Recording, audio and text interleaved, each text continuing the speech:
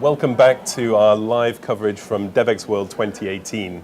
I'm joined by Michael Holscher, Senior Vice President and Chief Strategy and Resources Officer at PSI. Michael, welcome. Thank you. It's good to be here. Now, you're here at Devex World 2018 talking about consumer-powered healthcare. In a nutshell, what is it? What's the state of play on where it is? And what's the potential for a consumer-powered future for our development and health sectors? Well, so in a nutshell, at a time when the world community is committed to basic health coverage for all, we believe that we need to reimagine ways of delivering that and ways of financing it. Too much of the health solutions that are designed today are designed with outdated funding models, often 2 to 3 year projects. Sometimes projects that go away when they're completed, but certainly projects that emphasize near-term impact. Without the investments, we believe we need to innovate and to learn how to create more sustainable systems. And so, too many of the models we have today have outdated funding models, therefore they don't often reach the communities that most need care. And there isn't a sufficient amount of learning. And so we believe, and often these solutions, by the way, are not designed with consumers in mind. And so we believe we need to sort of flip the paradigm, if you will, or reverse the order. We need to start by designing solutions with the consumer at the center. We believe in doing so, we'll find new ways of getting care closer to the communities that most need care. In some cases, getting more care and control directly in the hands of consumers. And we believe by using that approach, we'll attract and crowd in entirely new sources of funding for global health. So consumer-powered or human-centered design, is there a difference here? It's inspired by the notion of human-centered design, and in some cases, for instance, when it comes to adolescent contraception, we are using human-centered design approaches. But whether it's the actual discipline of human-centered design or the spirit and the value of human-centered design, we're big proponents of it. And looking ahead to 2030, achieving the Sustainable Development Goals, particularly SDG 3 on ensuring healthy lives and promoting well-being for all. How can other actors, donors, any other types of players in our sectors, how can they leverage this model, and what's really your call to action on inclusion here? Well, so first I want to say that I think all of us have a lot to be proud of for what we've done in the last 50 years. You can look at the life expectancy rates in the developing world or infant mortality rates in the developing world, and the first are going up and the latter are going down. And so there's a lot of momentum here to build on. But when you look over the next decade and you look at the fact that traditional development assistance for health is flatlining, when you look at the growing youth populations in the developing world, when you look at the rapid advances of technology both within health and beyond health, we believe these are trends that we need to embrace, not fear. And again, if we can take those into account as we design new solutions to expand primary care, starting with the consumer considerations, with the consumer in mind, so we can extend care into communities and crowd in entirely new funding, we believe that's a big step forward. I think to your question, I think there's a growing recognition of this approach within global health. Yep. But for many others, it's sort of one of many priorities. I think what we're here to say this week is that for us, it's the focus of our work over the next decade, with some real commitments in the next 3 years. And have you encountered any criticism around the term of consumer-centered design and consumer-powered healthcare? Is there any pushback from the community? Yeah, I don't know if it's a criticism per se, but I think the debate, if you will, is really over the question of how much we can and should trust consumers to make decisions for their own health.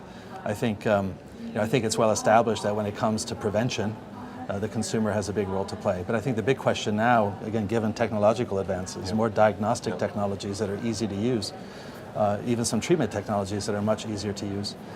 The big question and debate is how far we can and should go reasonably to get more care and control directly into consumers' hands. We believe we should do as much as we can, first and foremost, not because clinicians and clinics aren't important, but we believe that we need to lift the burden on the health system to deal with those things that only they can do while creating an entirely new line of care.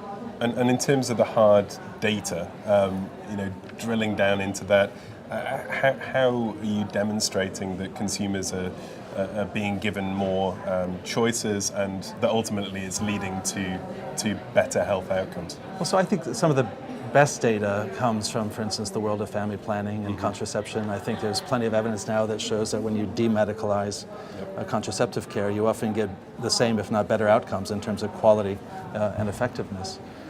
We're seeing a major expansion of HIV self-tests in Southern Africa, which are helping more people to know their status and helping more people who are HIV positive to get linked to treatment and get the treatment they need. I think there's both within PSI and beyond PSI these two-way digital platforms that are showing, again, a great uptake in those who are being linked to services and are able to document the outcomes of those services. That's after they contact the call center or an online platform to get the information they need and understand the options they need. And so whether it's the digital technologies or the medical technologies, again, there's more and more evidence that when these are made available, there's a big demand, and that demand can lead to better outcomes. And working with other groups, I mean, how important are partnerships here in the mix? I think partnerships are vital. I mean, first and foremost with national governments, obviously. We hope that more and more national governments, with support from the World Bank and others, will incorporate these approaches into their overall systems plans and market development plans, in part so they can link to the rest of the infrastructure and create a comprehensive network for those seeking care. But also, and we hope traditional donors will incorporate some of these approaches into the programs they're funding. But I think importantly, the potential for technology partnerships. There are some technologies in advanced markets that aren't yet in the developing world. And I think private capital and private philanthropists have an important role to play too. Both in funding and supporting the innovation and the learning that goes with innovation, but through impact investing and other approaches, I think the potential to scale some of these approaches is huge. And talking of scale, I mean, what are the concrete expected impacts, and what is the kind of route to sustainability and scale? So take the HIV self-testing example in Southern Africa as one example. I think we went from fewer than 10,000 HIV self-tests only 2 years ago to the projection of more than 6 million self-tests within the next year.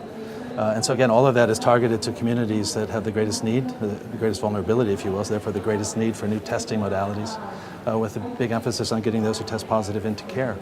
And so that just shows the potential in just one environment, Zimbabwe and South Africa, of where relatively new technology can, again, demonstrate big uptake. But but all of that's done in close collaboration with the government.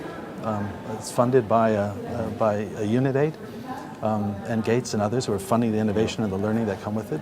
I think the potential for scale is when governments begin incorporating these approaches into the national plans and frankly, financing them. So we've talked about, unlocking this capital.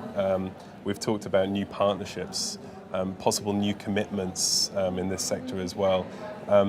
What is the next frontier for consumer-powered healthcare? What's the sort of secret sauce, if you like? So again, it's to build a greater movement of people who have a profound belief, as we do, in this idea that if you begin with the consumer in mind, you can find entirely new, innovative, and sustainable solutions to extending care into communities that aren't served today.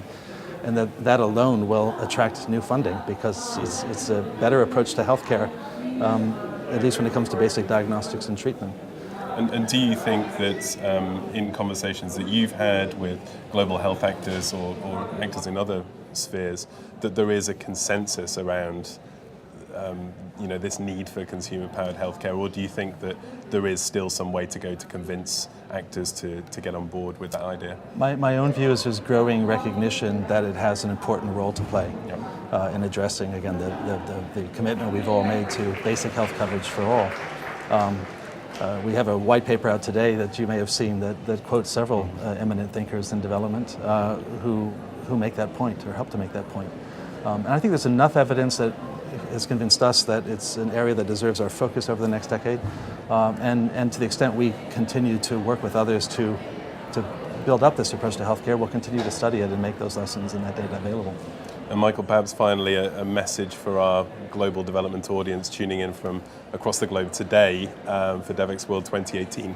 Where do they need to go next? What conversations do they need to be having to really drive this idea forward? So again, whether it's a national government who's trying to find new ways of extending a first line of care into communities currently unreached, whether it's current donors who are interested in finding innovative and sustainable ways to extend primary care into unserved communities, whether it's tech partners who may have experience in advanced markets but are looking to to extend those lessons and those technologies to developing markets. And whether it's private investors who have a passion for the belief we have about this area and want to do something that's innovative and sustainable and scalable.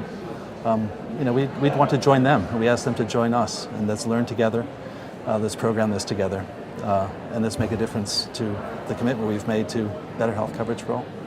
Thanks, Michael. Consumer-powered healthcare. Thanks very much for joining us. And to our viewers, stay tuned for more news, views, and interviews live here in Washington, D.C. for Devex World 2018.